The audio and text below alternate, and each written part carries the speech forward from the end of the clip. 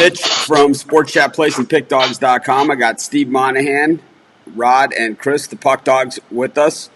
All in collective prayer for sports to start up again. Still digging around, digging deep for content. Steve's going to be joining us on our weekday shows for the foreseeable future until the world decides what it's going to do. He's got some free time on his hands, so what better place to spend it than with us? Also, figured that it would help him recuperate a little bit as he's really disturbed about that canceling of the Tour de France. It's like, I tell you. Of all the things, the canceling of the Tour de France. We'll be shorting all of the drug stocks on cancellation. It was like we'll be shorting all the French drug stocks, anything muscle enhancers, anyone that's got any kind of steroid or doping or anti-doping machinery as well.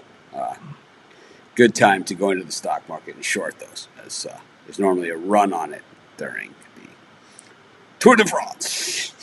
Anyways, Chris, year of training down the tubes for you there on the Tour de France. How you taking it?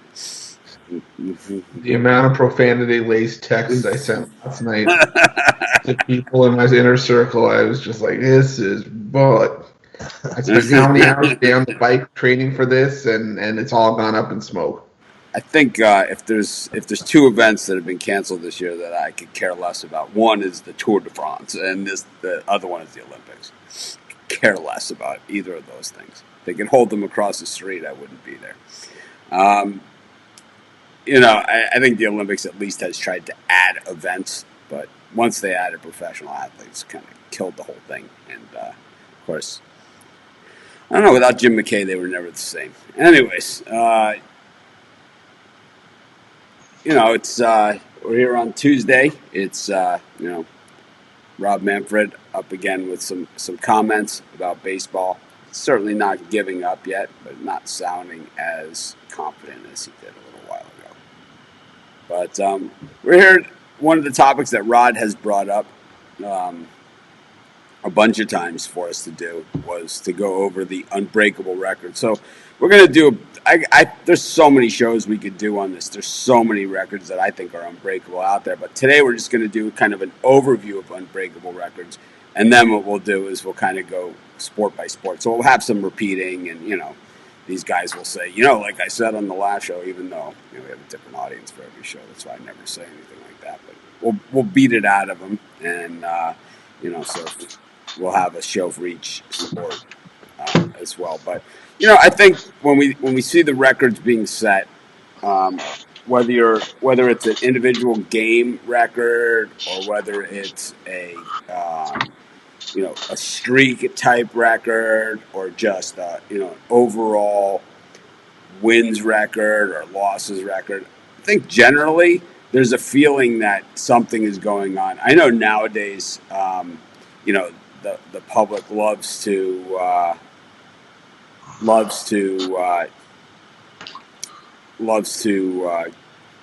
get involved with with ESPN and all that other stuff and so many different media outlets. It's kind of like they're always looking for a story. So these streaks they don't mesh in like they used to. They don't kind of just blend into the regular thing. The streak starts going, or the record gets close. All of a sudden, there's they cut to the game, or something that's happening.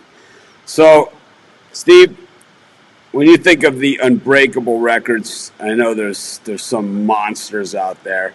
What do you think is number? What do you think's one of them, at least in your book? I think maybe we just wait and get to the top one. But I've been doing a little research. I'll throw one out from hockey that the Puck Dogs I think might enjoy. About a little David Tiger Williams penalty minutes all time. Right? 4,421 minutes. Especially in today's NHL, with without the goon squad anymore. Really that type of thing. And I got to think that's a funny one to me. So, and I remember that, I'm 55 years old, so believe me, I remember Tiger Williams like it was yesterday. So I'll throw that one out for fun. I like that one because there's no way I don't see we're not going to get that many penalty minutes out of one guy anymore. That's there's right. No way. Yeah. No, there's no way.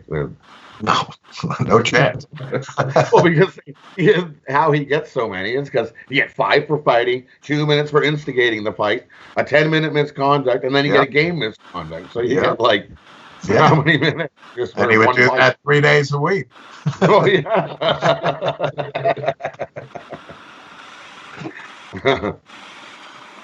How about you, Rod? What's one that you look at for the unbreakable records? I'll stick with hockey, and the unbreakable record is Gretzky's single season points record. He scored 215 points in one season, and that'll never be touched. Not in this modern day NHL. No one is ever going to come close to scoring 215 points. That's crazy. Like he averaged 1.92 points per game in his career. Gretzky did. It's just unbreakable. To put it into perspective, if you look Gretzky's career assists, he's got 1,963 career assists, which equals more total points than any other player has accumulated in the history of the game. That is just in assists. Yeah. Love that one. Yeah. I think, though, with the advent of fantasy sports, you always see offensive things kind of open up, so I would never say never. But Chris, which also leads to one more thing. The crazy trivia question in hockey that everybody gets asked, what's the brother duo with the most points in the NHL? Ooh. Brother duo? So it's not the Stastnys. That's not a bad one. Maybe I'll go Gretzky's. Does he have a brother? Huh. I'll go with the Richards. Rocket and Henry. Be my guess. I guess Lemieux. News. The actual answer is Gretzky. Yeah. Gretzky has a brother named Brett. Brett scored 3 points in the NHL. Yeah. So he had his 3 points to Gretzky's points, and they're the highest duo in the NHL, the Gretzky brothers. Yep. Chris, what's one of yours? And we'll go around a few times. Yeah, I'm gonna go to baseball, and for me, it's Cal Ripken Jr.'s Iron Man streak. I think you see so many guys nowadays, they get a day off just for scheduled rest or to protect their health. Basketball uses the term load management, but this is common in MLB. You see guys take a day off just because they played 5 days in a row or something. Cal Ripken played every game for 16 seasons. To me, that's just like crazy. I couldn't even imagine it in today's game. Not even getting close to it. That's a great one. It's a good one. 2,632, right? And Lou Gehrig was 2,130, and everybody thought that was never going to be approached, right? But to your point, no one's touching Cal now at 26 over 2,600 consecutive. No way. I like Joe Paterno's 409 wins. I think that, it's 41 years of 10 wins, and I just think longevity just gets in the way. I just think, I thought that Don Shula's record in the NFL was untouchable, but it's clearly going to go. Belichick has got it in sight, and I think he's going to get it. But I think Paterno's record is pretty tough because you used to see college coaches be more lifers than you are now, but you don't see the lifers anymore. And, when we look at, so we look at, who we consider the best coaches right now, so we look at Nick Saban, who we automatically associate with wins. And you'll see, He's not even close. He's not even. He's barely halfway home. 243 wins. I don't see him coaching another 16 to 17 years, which is what it would take him to get this one home. Not a guy that lives on oatmeal pies. Probably not going to have the longevity to get there. We've seen guys that have had better runs than Paterno, more national championships, all those things. But, man, there's something to be said about showing up. And you got to remember, he was interrupted mid-season. He had wins taken away. I never believe in the wins taken away thing. It's like if you won, you won, It's kind of like how many baseball protests get upheld, This game's being played under protest. Like, never. It's like, what bother, It's like, it's kind of like noted, right? True. It's there, but I think 409 wins. I'm not I don't like the way things ended at Penn State, and I don't like what went on there in general. But 409 wins is going to be a pretty tough nut to crack. Steve, I'll go back to baseball here. Cy Young, 511 career victories, 749 complete games. Will even be approach, not even in the slightest. So, we'll be lucky to really even see another 300 game winner, really. I think it's trending that way too, I think CC Sabathia, I retired a year ago, and, I'm going off the top of my head, but I'm going to say he had 260 something, maybe, something like that. But, so, 511 for Cy Young, that's insane. CC Sabathia, 251 and 161. So he was 49 games away, but that's 3-4 seasons of big numbers, It's just you don't see those guys that have that type of stuff that can go for a while. I think if we look at the guys who are out there now who you would think would have a prayer, Matt Scherzer would be one of them.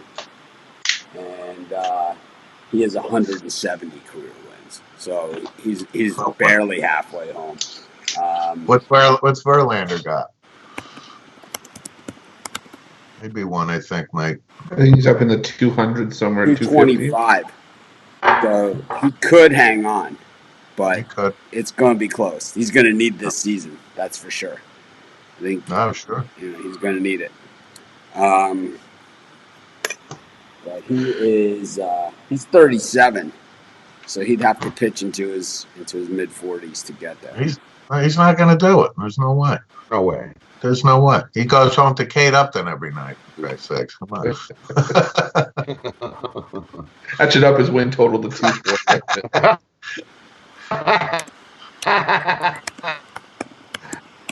How about you, Rod? What's another one for you?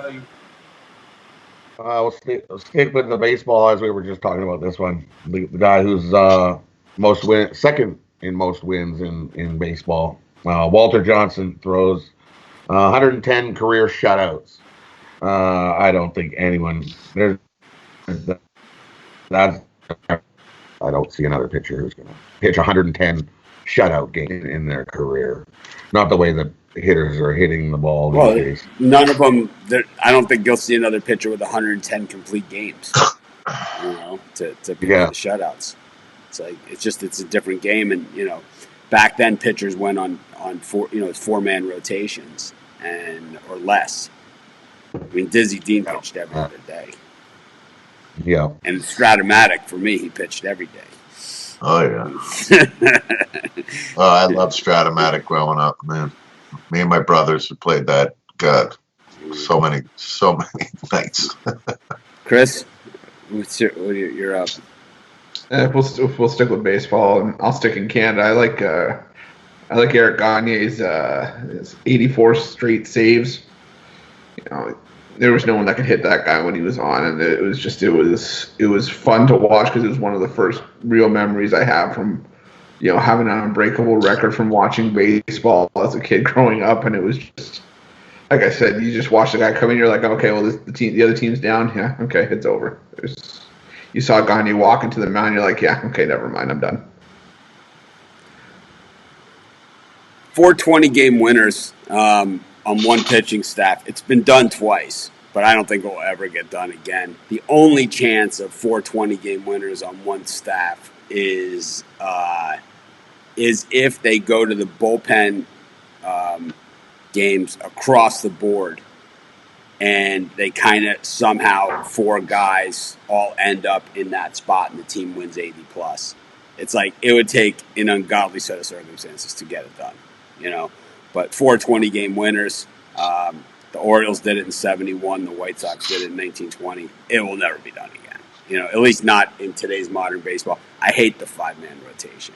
I mean, I hate it, but Mike Cuellar, Pat Dobson, Jim Palmer, Dave McNally. Doesn't get a lot better than that.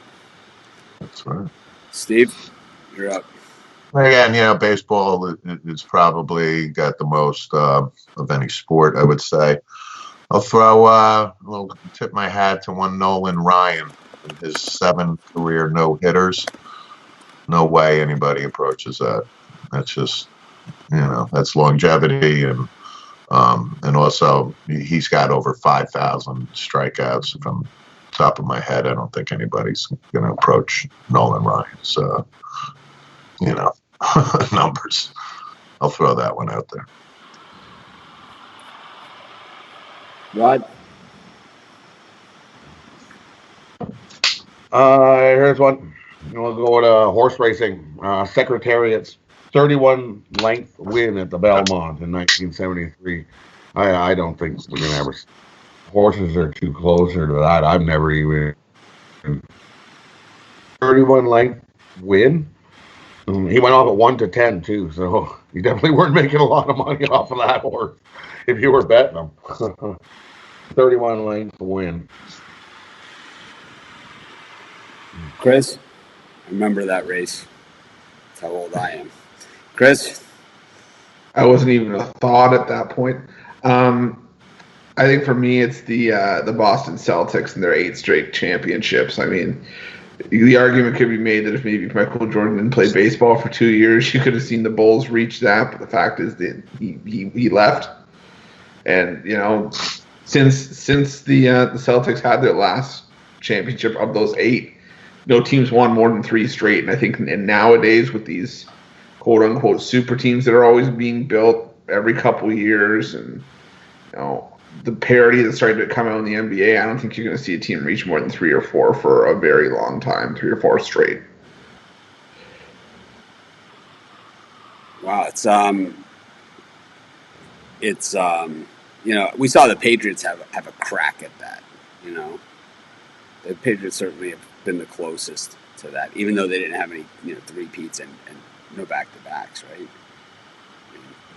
But certainly we're in it. You got to be in it to you got to get there to at least have a chance. I love college football. Oklahoma 47-game winning streak.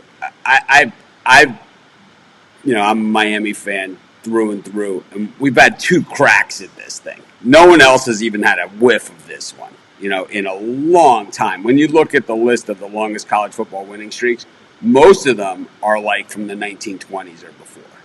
It's like, right. When you look at them, Toledo, 1969, 35 wins.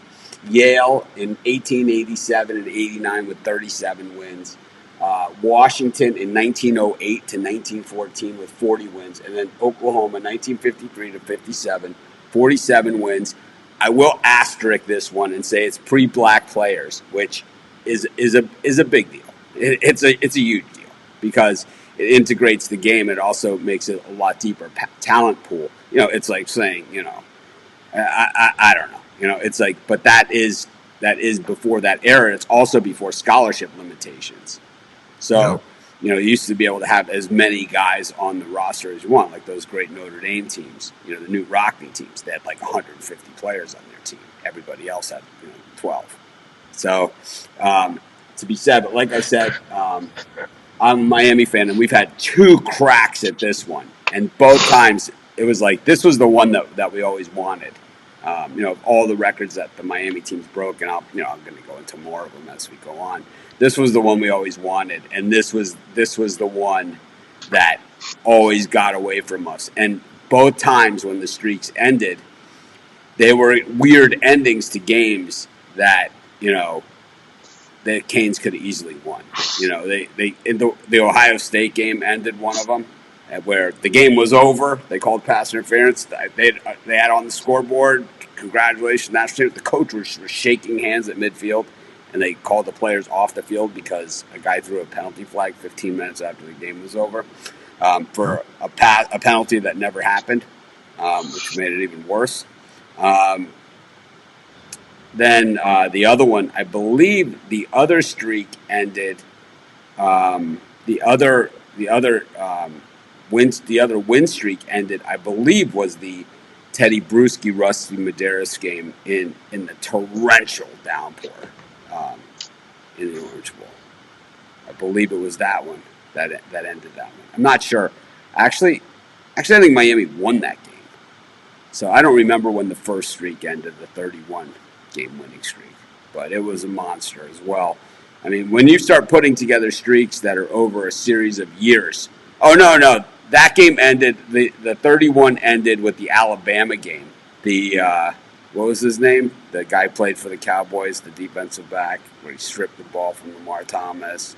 It was like just George Teague, right? Like everything. George Teague. Yeah, like everything happened, wrong for Miami. It was one of those games where Miami went in and it was like, I mean, while Miami doesn't play Alabama often, these are two teams that do not like each other.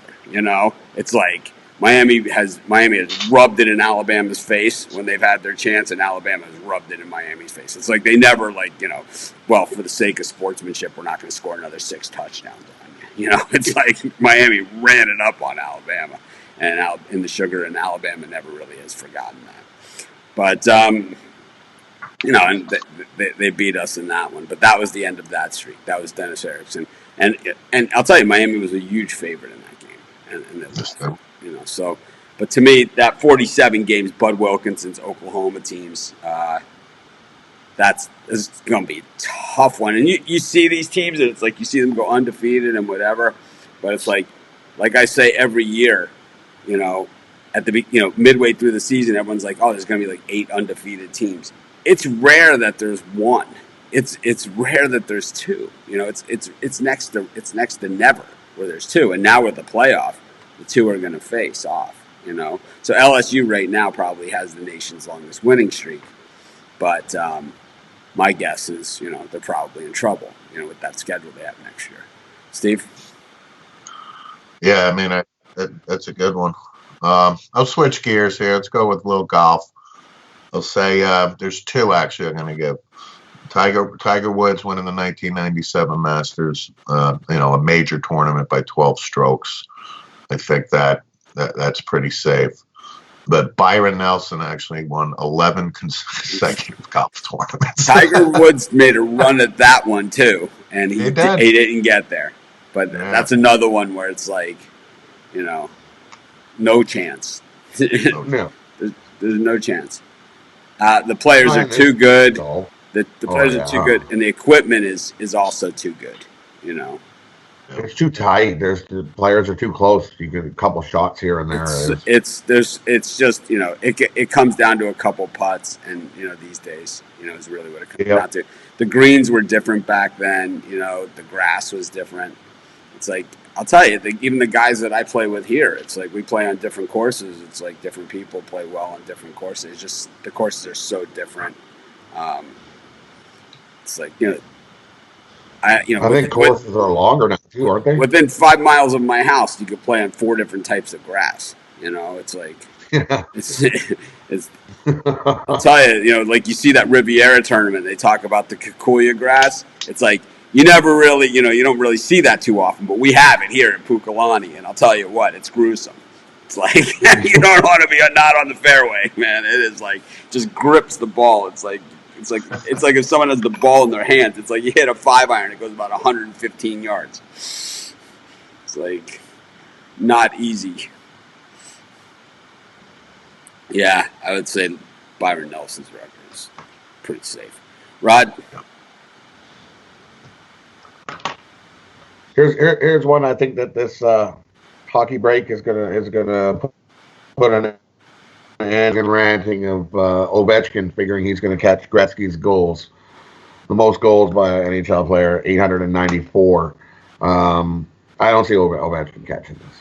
Everybody is all talking that Ovechkin's going to play till he's 50 and he's going to break this record. Even Gretzky says, I'll be happy if he breaks it, and I'll shake his hand and be like, yay. But I just don't see it. No way.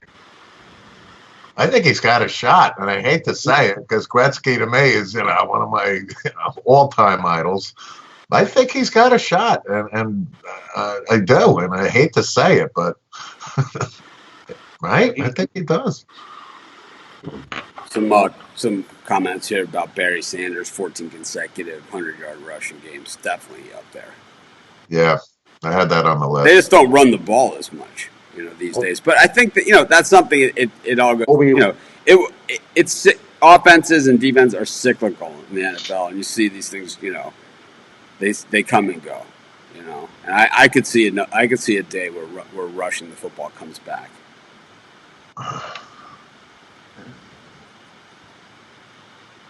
I just don't know if we'll see longevity. So how about you, Chris? When Rod mentioned a guy playing until he's 50, I found one of the more obscure hockey records. Gordie Howe being the only player to play in 6 different decades. That's a good one. That is a good one. It's kind of like the guys who die on the sideline. The coaches that die on the sideline. Gordie Howe playing into your 60s. And he also played without a helmet all the way. Yeah. Too. And the guys were playing with helmets against him. Yeah. 69, he signs up and plays for the Detroit Vipers in the IHL. I remember that. So, my dad had a Gordie Howe IHL Detroit Vipers card, and I'm like, where did you even find this? Did you print this? And it's like, jeez, man. So I'll go to one that I witnessed a good portion of, and one that I attended a lot of the games that were part of the streak. Miami Hurricanes 59-game home winning streak, 11 years of home wins. They lost the Flutie game, they drew the line in the sand. That Flutie game that Miami had the worst defense they ever had. They gave up in all of their games, like those last 5 games of the season, they gave up 40-plus points in all of those games. So it wasn't like, giving up this pass was some kind of amazing thing that's made out to be. But the more amazing thing is that Miami went on to win their next 59 home games. Now, they broke the previous record was 58, but that's an asterisk record as well. And once again, Miami, Alabama, head-to-head, and, just like they will be in the recruiting races going forward and all that kind of stuff, just like it always is. But so Alabama, when they used to play their toughest games every year, which used to be Penn State, they used to play Penn State every single year, and then they would play other tough games. Whenever it was a tough game, they would play it at Legion Field in Birmingham. And those games did not count against the streak if they lost. So only the games in Tuscaloosa counted. So they had the 58-game home winning streak. But Miami won 59 in a row, losing the next game to Washington. And that was the famous game where Warren Sapp, Miami was one of the first teams to defer kickoffs. It used to always receive. Everybody always received the kickoff. You won the toss, you will receive. It was always that way. Jerry Mark Bright basically had a tape recorder, he used to say it. Right? And it was like, they used to always do it, but Warren Sapp said, we'll kick, instead of saying, we'll defer our decision. And Miami had to kick off both halves of that game. And I was at the game. It was about 600 degrees. And, it was one of those days. Other games I had been to in the streak, I'd been to some other games within that streak that were actually, fairly close games. There was there weren't all blowouts in the streak. There was a lot of close ones where Miami had caught breaks. Things just went their way. Things happened in the Orange Bowl. But I think the cool thing about the streak was that it wasn't widely followed throughout the sports world, but in Miami it was a big deal. We had the cemetery in the West End Zone where where they started bringing in cemetery plots every week for the thing and line them all up. And it'd be, the Orange Bowl became a place that nobody wanted to go. And there were some gigantic wins in the streak, and there was, a few national championships in there, 3 national championships within the streak. Just a lot happened in there, and also a lot of guys that, we saw a lot of things also within the streak that, were pretty amazing feats when you look back at them. Holding Emmitt Smith to 8 yards rushing, Marshall Faulk -3 yards rushing. Were all part of the streak. So, the streak was defense. The streak was all defense. Ray Lewis was a big part of the streak. And, once Ray was gone and it became Warren Sapp's team, that's when the streak ended. We're not going to blame Warren Sapp for blowing the streak or anything, but let's just say he was the guy who said, well, kick. Anyways, Steve. I'll go back to baseball. I'll go Ricky Henderson, 1,406 stolen bases. No, won't even be approached, especially in today's no one's baseball. Been close. No. It's not even in today's baseball. It's that just That's no right. one's even close. There's just Ricky Henderson is a freak. Yeah. I believe he also lead off home runs, right? Yeah, too. Lead off home runs record. That's going to be. He also has the most stolen bases in a season, 130. Yeah. And most career runs scored, 2,295. Yeah, and Steve and I both saw Lou Brock, who was also, ridiculous. Yeah. There have been few elite base dealers like that, where everybody, they knew he was going. It's like this, he's going every single time. The Oakland A's, right? In the when they won the back-to-backs in the 70s, and they actually had a special runner. Herb Washington was their de facto, steal a base guy, So, but today's baseball world, forget about it. That will never ever be approached. Catchers are a lot better now too. True. Rod? I think Wilt Chamberlain's 100-point game. That's almost. I think that's untouchable. 100 points in a game by a basketball player in this era. Yeah, good luck. There have been some people that have been close. To put it in perspective, Curry would have to hit 34 three-pointers in the game to even come close. Yeah, a lot of those were free throws. A lot of points for free throws in that game. And the thing is that most big men don't hit free throws like that. It's true. And he got the 100 in Hershey Park, So my kids are younger. Took the kids to Hershey Park, the amusement park, but the arena was, I guess it was like a field house type of thing, but it's still standing, and that's where he got the 100 points in that building.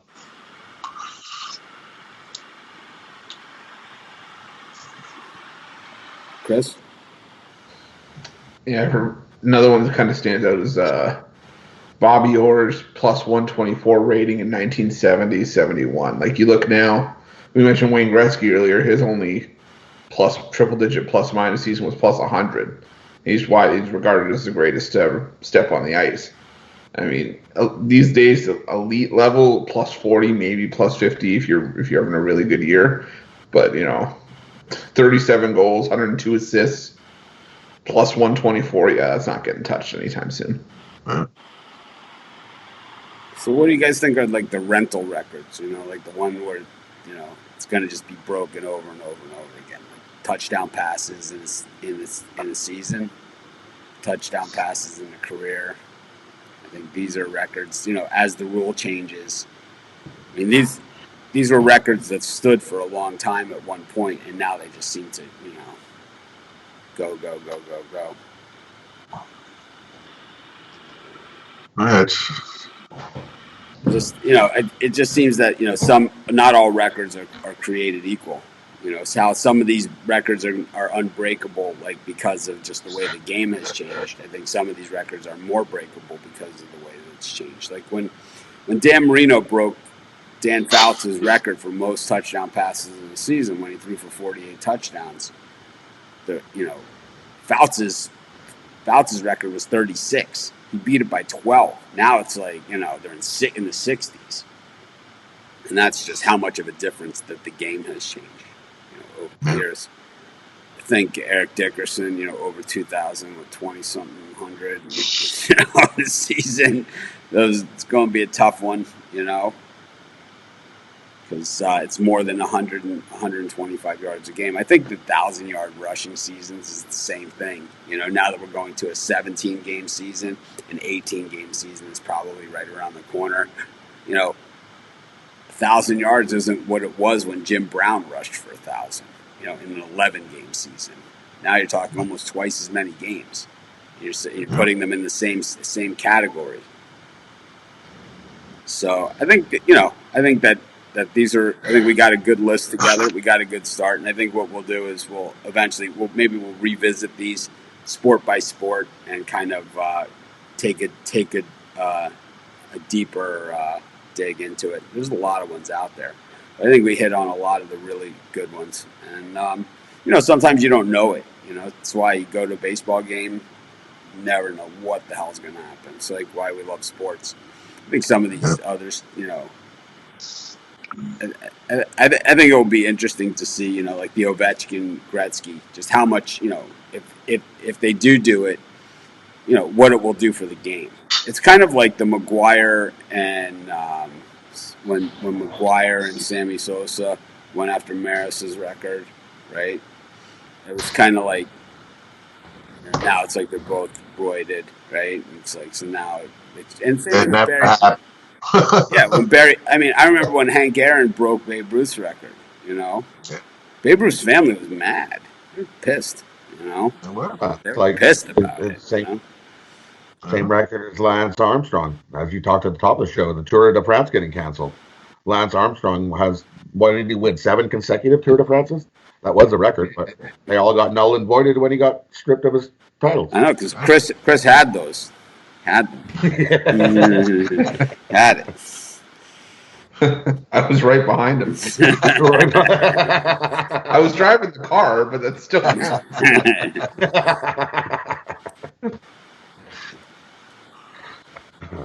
But thanks everyone for joining us. We'll be back tomorrow, same time. I'm not sure what we're going to talk about. Maybe we'll talk about a sports betting topic.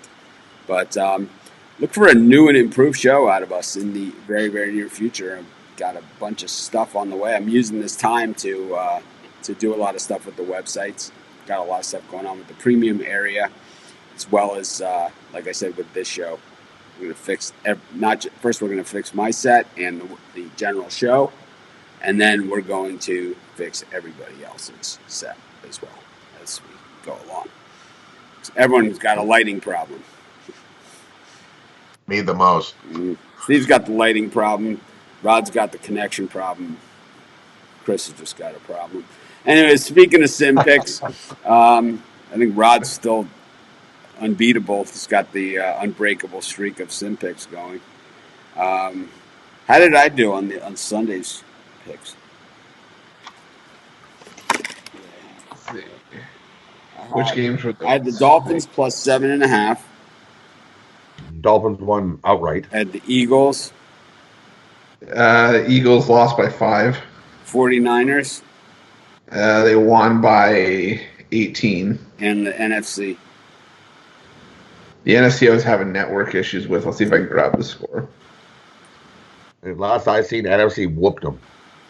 It was like 33 to, or last I seen it was 33 to like 3 or something. I think NFC won that game handily. All right, Penny is ready. Action. What do we got today? All right, that's 12 Eastern. Redskins at Bears. Bears minus 5.5. Over under 49.5. Rod, who do you like?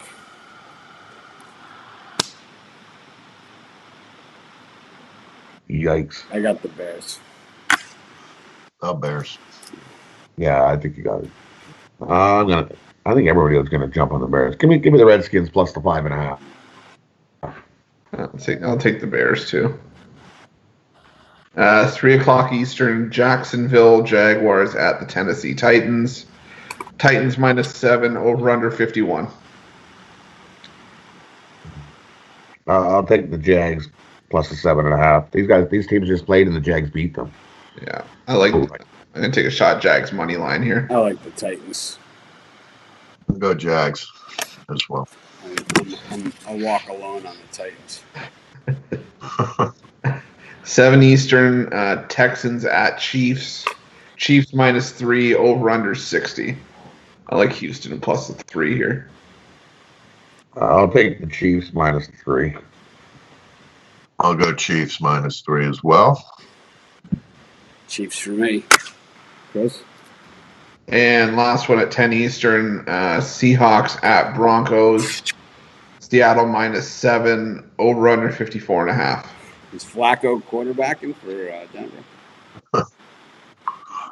It might be Drew Lock, actually. I think it's Drew Lock. Seattle's so good at these games. Yeah. I got Denver. I got all home teams. I'll take the Broncos. I'm going to take the Broncos money line plus 260. I'll go Seahawks. Yeah, I'll lay the 7 with the Seahawks. The Seahawks will be playing, but I got Denver. All right, there's your sim picks for today. I think we've been pretty much on fire on the sim picks. Hope everyone has an awesome day, and see you guys later. You got it. Thanks, everybody. Have a good day.